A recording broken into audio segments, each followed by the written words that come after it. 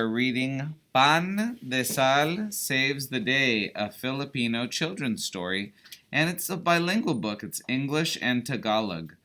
I don't speak Tagalog, so I'll do my best, okay, to read those parts if I can. The author is Norma Olison Chiquiamco. Illustrations by Mark Salvatus. Pan de Sal saves the day. Of all the kids in school, Pan de Sal felt she was the unluckiest. She did not like the way she looked. Her skin was too dark. She hated her flat nose, and she found her oblong face weird. Besides, whoever heard of a girl named Pan de Sal anyway? How she envied her classmates. There was Croissant, with her golden brown skin, tall nose, and curves in all the right places. And there was Danish, who looked so fair and neat, with beauty marks here and there that reminded Pan de Sal of sweet raisins. Muffin's skin was brown too, but unlike Pan de Sal's, it had a luster that glowed and made her look so attractive. Many people in school liked Muffin because she was so sweet. Some people thought Donut had a rather odd shape, but it didn't matter because he always impressed people with his rich wardrobe. Sometimes he came to school all in white, much like the frosting of a cake. At other times, Donut wore chocolate-colored outfits or clothes the shade of strawberry or milkshake, or the shade of strawberry milkshake. Honey Bread was popular too. She got her name from her glossy complexion, which was exactly the same shade as Honey. Honey often got into sticky situations, but since she was so nice, everyone always forgave her. Her brother, Superbread, was probably the fairest boy in the class, and he was very smart too. He always had the right answers to everything. Their cousin Breadstick was very tall and slim, and she was sure that she was going to be a famous fashion model someday. Those are interesting names, huh, guys? All of Pan de Sal's classmates lived in beautiful homes. Croissant's parents had a lovely chalet on a hilltop with a sweeping view of the countryside from one long end to one long end. Honey and Superbread lived in cozy cottages, surrounded by a garden of roses, daisies, and sunflowers. Muffin lived in a ranch house with windows framed by pink and white curtains that cascaded all the way down to the hardwood floor. And Pan de Sal? Poor me, she thought. Every time she went home to the nipa hut she shared with her parents and younger brothers. Not only that, she also had to walk to school every day. She had to walk to school across a rice field, past a river, and up and down the hillsides. At first, her father walked with her to school, but when she learned the way, she had to go alone. After days of doing that, her legs no longer ached, and she found a secret trail that cut through the meadows and brought her to school much faster. Their nipa hut had bamboo slats for floor and doors made of sawali. Sometimes the cold wind would blow through the flimsy walls so to keep warm. Pan de Sal and her brothers would huddle under the blankets that their grandmother had woven for them. On weekends and after school, Pan de Sal had to do her share of household chores. She washed all her dishes by hand, with water from a pail that her father fetched from a nearby well. To polish the floor, Pan de Sal and her mother used large leaves plucked from a tree, which removed all the dirt that made the floor look so shiny and bright. Television and radio were way too expensive for them. So for entertainment, the family would sing together in the evenings. Their mother taught Pan de Sal and her brothers all the songs she had learned as a child, and the family would often gather after supper to hear her sing of immortal love, of the happy life in the countryside, and of an old pair of wooden shoes. Pan de Sal was gifted with her mother's lovely singing voice. In school, music was her favorite subject, and she would have joined the glee club, except she was too shy to audition. I know some people like that in this classroom. Neither did Pan de Sal and her brothers have expensive toys. Instead, they made up their own games. They loved running in the open fields surrounding their chipa hut, climbing up trees, and playing sipa. Pan de Sal and her brothers had different kinds of sipa at home, which they would make out of old newspapers and brown paper bags. Pan de Sal's favorite sipa was a dainty pink and white one, which she had made out of the paper buntings left over from the town fiesta. Often, when they finished their chores early, Pan de Sal and her brothers would play sipa in their backyard. She became so good at it that she could kick the sipa up in the air all of 100 times without letting it fall to the ground. Thank you, guys. One day, the class went on a field trip with their teacher, Miss Flores. The school bus driver, Mang Baking, drove them to a nature park where they could learn all about trees, flowers, and insects.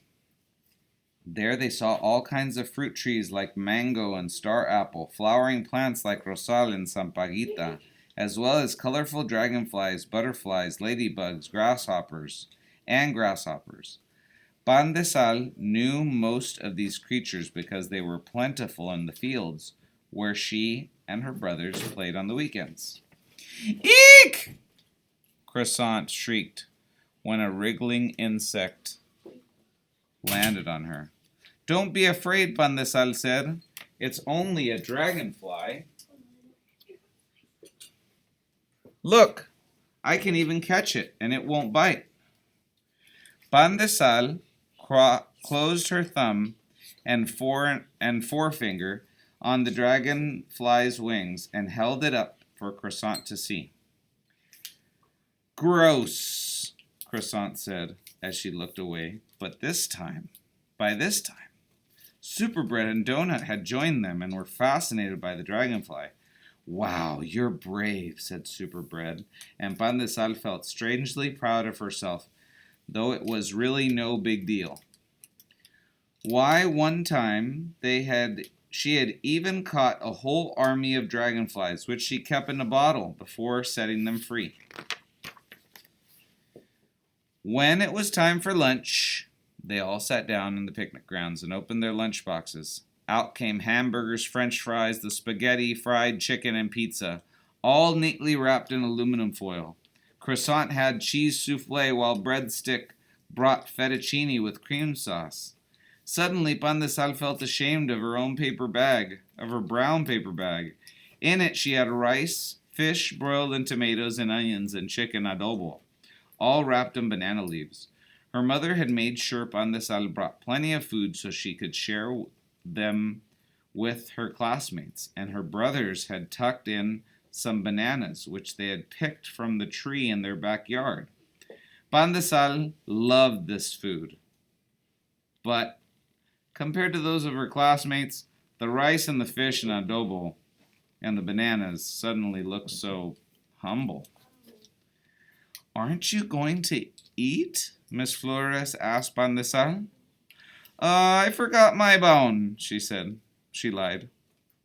Oh, but you must eat or you'll go hungry. Here, have some of my barbecue, Miss Flores gave her slices of charcoal broiled pork on bamboo skewers. That sounds delicious.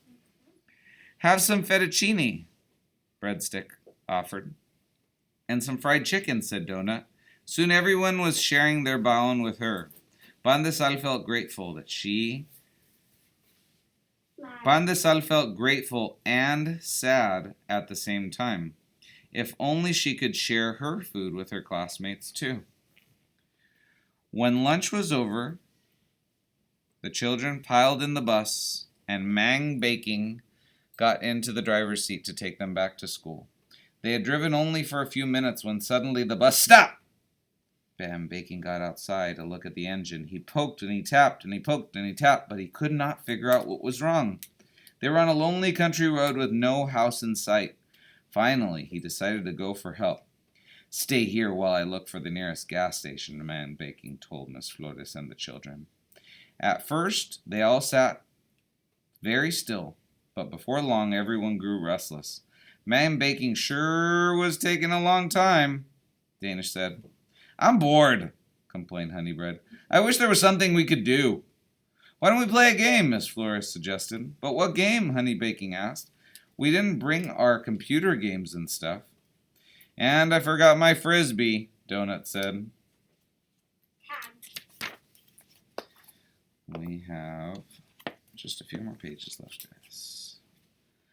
"I have my Sipa," Pandesal suddenly volunteered. "Sipa?" Everyone turned to look up on the side. "What in the world is that?" It's a little toy." Pandesal suddenly wished she hadn't spoken. "Well, show it to us," Miss Flores said. "We may be able to learn to play it too." Pandesal fished out the Sipa from her pocket. It was her favorite Sipa, the frilly pink and white one she had made from the paper buntings left over from the town fiesta. "Far out," said Danish. "But how do you play it?" Everyone got down from the bus, so Pandesal could show them how. She kicked the Sipa up in the air with her foot once, twice, and several more times until she reached the count of 20. "Wow, that's really neat," said Muffin. "Can I try it too?" Soon everyone was having fun playing with the Sipa. "This sure is a great game," Breadstick said. "And it's good exercise too," Superbread pointed out. Even Miss Flores tried the Sipa a few times and laughed when she could only reach a score of 10. But everyone marveled when Pandesal was able to pick up the pink Sipa up in the air all of 100 times. "Wow, you sure are great at playing Sipa," Breadstick said. "I've had a lot of practice," Pandesal explained, remembering all those times when she and her brothers played Sipa on the weekends. After the game, everyone was hungry again, but they had all eaten their lunch and had nothing left to eat. Pandesal spoke up once more. "I have some food in my paper bag if you want them," she offered shyly. "We'll take it out and we can share it. Share all of them," Miss Flores said. Pandesal opened the banana leaves and spread out the rice, the boiled fish, and the adobo. "Hey, this is yummy," said Donut, as he spooned a bit of adobo and some rice. "I've never tasted such great food in my life." The others also loved the broiled fish and feasted on the sweet bananas. "Fresh fruit is good for the health," Superbread said. And he told everyone between mouthfuls of food, too. "Why didn't you tell us you brought along some food?" Miss Flores asked Pandesal. "I was too ashamed," Pandesal admitted. "I thought you might find this food yucky." "Oh, but this is a great change from all the soufflés, quiches, and biscuits we have at home. You should give us your recipes," says Croissant. Pandesal glowed.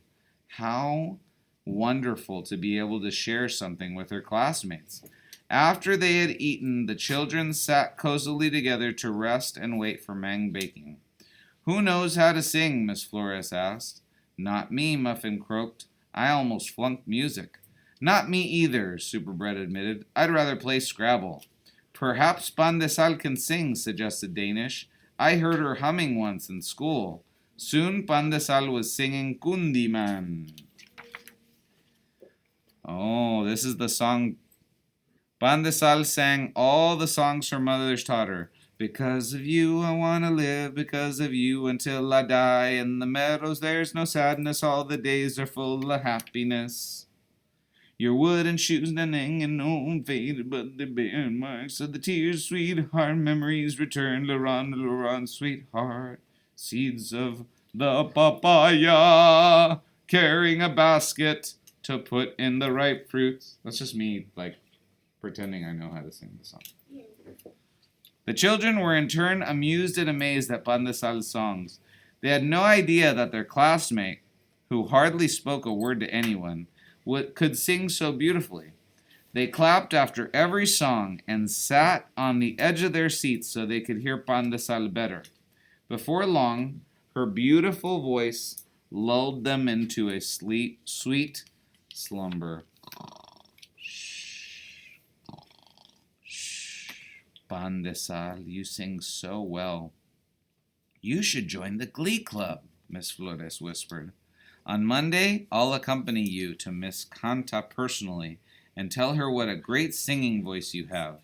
Oh, thank you, Miss Flores, said Pan de Sal. I've always wanted to join the Glee Club.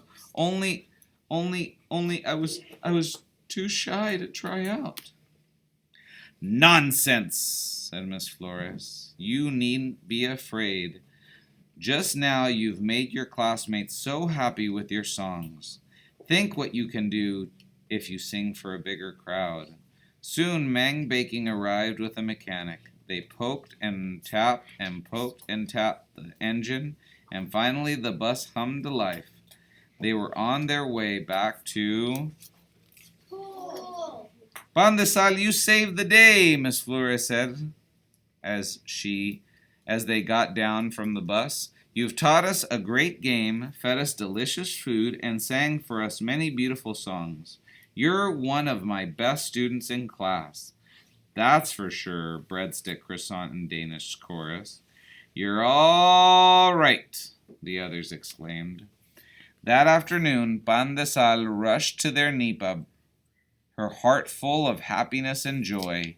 She no longer felt like the odd one out in school, for now she felt unique, a person like no other, with something wonderful she can share with others. And she can finally join the Glee Club. Maybe I like the name Pan de Sal after all, she told herself, as she helped her mother prepare supper. Y colorín colorado, este cuento se ha acabado. Pan de Sal and her friends were all given names of bread and pastries. But if they weren't people, you'd find them in bakeries and pastry shops. And here's what they would be. And that's what all of them were. Okay? Pan de Sal is the national bread of the Philippines. Subscribe and subscribe. I want to make it very clear that I didn't tell them to say that. Read every day, guys, every single day.